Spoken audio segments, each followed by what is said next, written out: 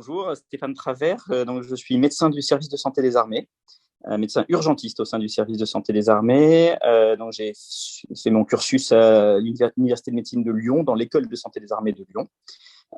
Et à l'issue, j'ai eu un parcours mixte au sein des forces armées en soutien des unités et des opérations, et pour moitié au sein de la brigade de sapeurs-pompiers de Paris. Je suis par ailleurs professeur agrégé du Val-de-Grâce en médecine d'urgence. Et donc actuellement médecin-chef de la BSPP.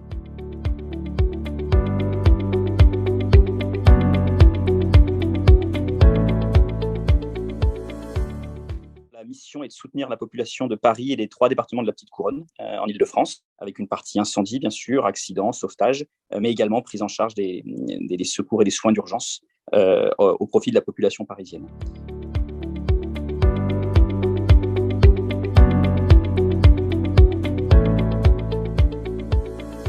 L'exercice médical est pour l'essentiel le même, voire exactement le même, puisqu'on soigne des patients, que ce soit en médecine civile ou militaire. En revanche, le contexte peut parfois être différent.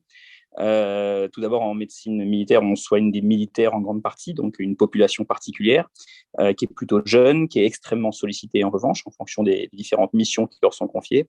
Et puis en opération, on soutient des unités qui sont déployées sur des théâtres de guerre, parfois isolés, parfois en conditions particulières, montagne, mer, conditions climatiques particulières. Donc c'est une médecine, c'est de la médecine en environnement particulier, au profit d'une population particulière.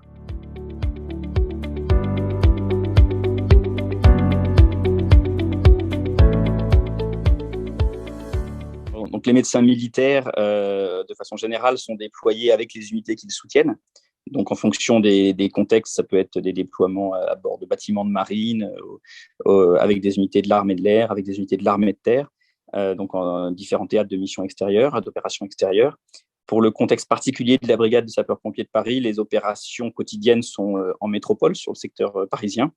Donc la grande majorité de l'emploi du temps d'un médecin de la BSPP est de participer aux opérations préhospitalières et aux secours d'urgence et aux soins d'urgence préhospitaliers en région parisienne, avec des déploiements en mission extérieure, puisque très régulièrement sont projetés en mission au sein des armées des binômes médecins-infirmiers de la BSPP.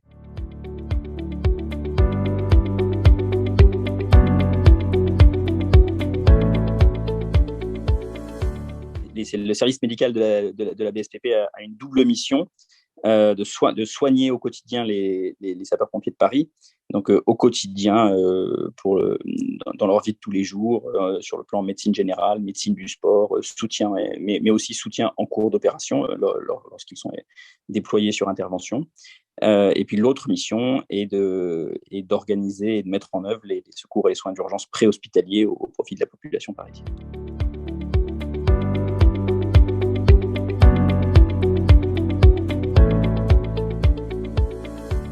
Difficile pour moi d'extraire une intervention plus qu'une autre. Sur le plan un peu général, pour la BSPP, de nombreuses interventions marquées, certaines par leur caractère dramatique. On peut bien sûr se rappeler des attentats il y a quelques années, mais aussi tous les drames du quotidien auxquels sont confrontés tous les médecins urgentistes. Certains font écho particulièrement ensuite. En tant que médecin militaire, que ce soit à la BSPP ou dans les unités avec lesquelles j'ai eu la chance d'être déployé en opération extérieure, une particularité est de vivre et d'exercer au quotidien avec des personnels que l'on est amené à soigner lorsqu'ils sont exposés ensuite. Et là, c'est extrêmement particulier, c'est-à-dire que prendre en charge un camarade blessé en opération, c'est bien évidemment très différent pour tous les soignants militaires par rapport au vécu habituel en structure d'urgence.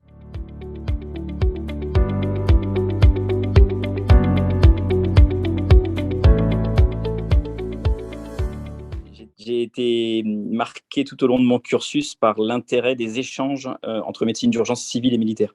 Et tout au long du siècle dernier, les médecins urgentistes, comme les autres spécialités civiles et militaires, se sont enrichis l'un l'autre entre les deux milieux, que ce soit en opération extérieure au cours des différents conflits mondiaux ou au quotidien en métropole.